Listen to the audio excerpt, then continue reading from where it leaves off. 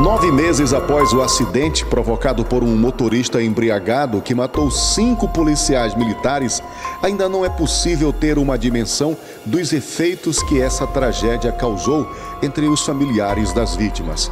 E talvez nunca seja. O ato irresponsável do caminhoneiro abriu feridas incuráveis, destruindo sonhos, separando vidas e causando dor quase insuportável.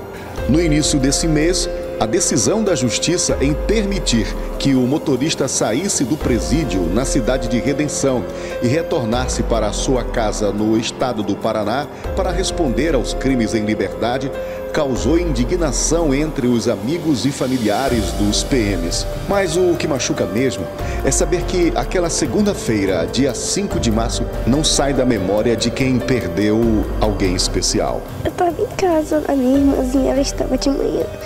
Minha mãe estava para o hospital, aí eu acordei cedo para arrumar ela, eu, minha avó e a minha irmãzinha aqui, para arrumar ela para ir para a escola, porque o amigo da mãe ia levar ela.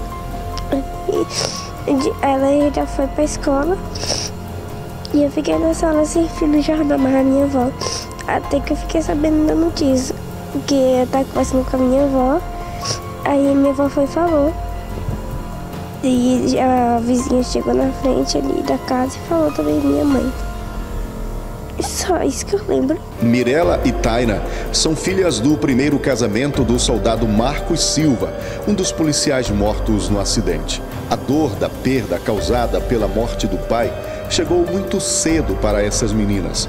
É difícil pensar em algo mais penoso para 2 crianças que perderam a referência da figura paterna, principalmente quando o último encontro ainda está muito forte na lembrança. Minha mãe estava arrumando o cabelo da minha avó Sônia, aí ele chegou aqui para pegar a chave, eu comecei a brincar com ele. Eu abracei ele, dei benção, aí ele foi embora. Ele voltou de novo para pegar a chave de novo, aí foi embora de novo. Essa conversa da Mirela com o pai dela aconteceu na sexta-feira, 2 dias antes do acidente. Mirela se lembra do pedido especial que fez ao pai. Eu falei para ele levar para tomar sorvete. Quando se trata da morte, não existe dor maior ou menor, existe dor. No entanto, há circunstâncias em que a pessoa que está sofrendo não consegue se amparar em nada. Mas as filhas do soldado Marcos tiveram diferentes reações diante da perda. Marcos Silva era praticante de artes marciais e lutava MMA. O PM também era árbitro nesse esporte que deixou muitas recordações para as filhas. Camisas, troféus e medalhas. Tudo serve para lembrar do pai. Marcos Silva também era um empreendedor e se desdobrava em outras atividades. O esforço do pai como provedor era observado por Mirela, que resume em uma frase o que sentia ao ver o pai cansado depois de um dia de trabalho. Eu ficava com dó dele, porque ele trabalhava demais. E eu sentia dó dele. Mirela chorou praticamente durante toda a entrevista à nossa equipe. É a saudade que não passa. Uma dor que vai apertando no peito, se misturando à angústia e ao vazio. E juntando tudo isso, a indignação é inevitável. E quando é perguntada sobre o que pensa da atitude do motorista em dirigir a carreta embriagado, a resposta da Mirela sai com aquele tom de inocência de criança. Senti raiva. E quando eu cantei pra ela que eu não tava bêbado, ela ficou com raiva também. Canalizar o sentimento de revolta contra quem provocou uma tragédia tão grande jamais vai aliviar a dor. A menina prefere os sentimentos que podem ser substituídos, e esses sentimentos são as lembranças que oscilam entre o carinho e as boas atitudes do pai. Ele era muito legal. Tudo que eu falava pra ele fazer pra mim, ele fazia. Ele brincava comigo direto, toda hora. Ele não brigava muito comigo. A gente conversava bastante. Brincava. Falava que eu amo ele.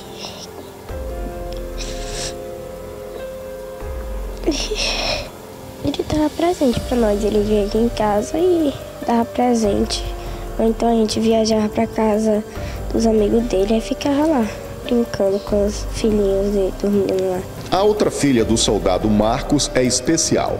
A Taina nasceu com deficiência auditiva e, para se comunicar com a filha, Marcos Silva utilizava gestos e outros meios. Mas quando Taina não entendia o que o pai queria dizer, o jeito que Marcos encontrava era recorrer à ajuda da Mirella para se comunicar com a irmã dela. Tinha vez que ele me chamava para falar com ela. Aí eu ensinava para ele como é que era. Aí ele falava. Aí ele também tinha um papelzinho para falar com ela. Um papelzinho que tinha as pessoas fazendo a letra aí. Ele entendia e falava para ela. Ele não falou não, eu que vi o papelzinho. Eu falei se ele estava fazendo, ele falou que estava. Ele falou que queria aprender para conversar com ela. Mas o policial não queria ser apenas compreendido. Ele percebeu que precisava entender o universo especial da filha para ajudar, incentivar e principalmente proteger.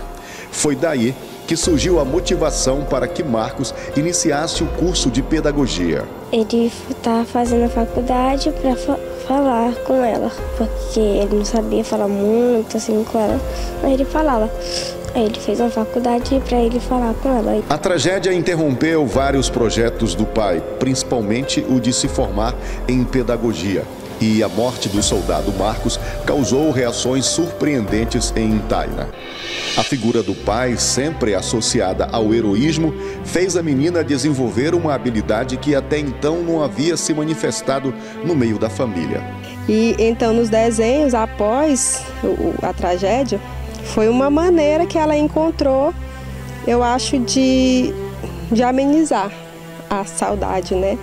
E aí, então, foi quando ela fez o primeiro desenho que ela fez e ela me pediu para levar até o túmulo. Na terça-feira foi o enterro e na quarta-feira ela fez o desenho. Ela fez o desenho e me pediu, me chamou para ir. Chegou lá, ela enrolou, colocou uma florzinha, ela mesma colocou e ficou lá no túmulo. Para ter como lembrança, eu tirei uma foto. Silenciosamente, a menina parece aceitar a partida do pai. Uma realidade difícil, quase impossível. Talvez seja por isso que para ela usar lápis, papel e caneta e rabiscar cada folha tornou-se uma atividade especial para guardar os melhores momentos que viveram juntos e uma tentativa de amenizar a dor da ausência do pai. E esse aqui foi o segundo desenho, que foi o mais interessante, né? Aqui o primeiro desenho é ele segurando ela recém-nascida. Já no segundo desenho é ela aprendendo a dar os primeiros passos e ele, como sempre, alegre, esperando ela. Aí aqui o próximo é ela no parquinho, acredito eu que ela com uns 3 anos de idade. E o último é ela já aos 13 anos, eu acredito que foi infelizmente as últimas lembranças que ela tem dele, né? Então aqui é a retrospectiva da vida dela que ela fez em um desenho. Essas lembranças servirão de consolo. É difícil consertar um coração ferido pela morte, mas essas meninas entenderam que uma precisa da outra para compartilhar força, a necessidade de seguir adiante. Visualizar um futuro sem a presença do pai torna esse abraço muito mais especial. É uma mensagem de tudo o que os dois corações sentem. Elas aprenderam cedo que a separação é inevitável e que a morte não é o fim.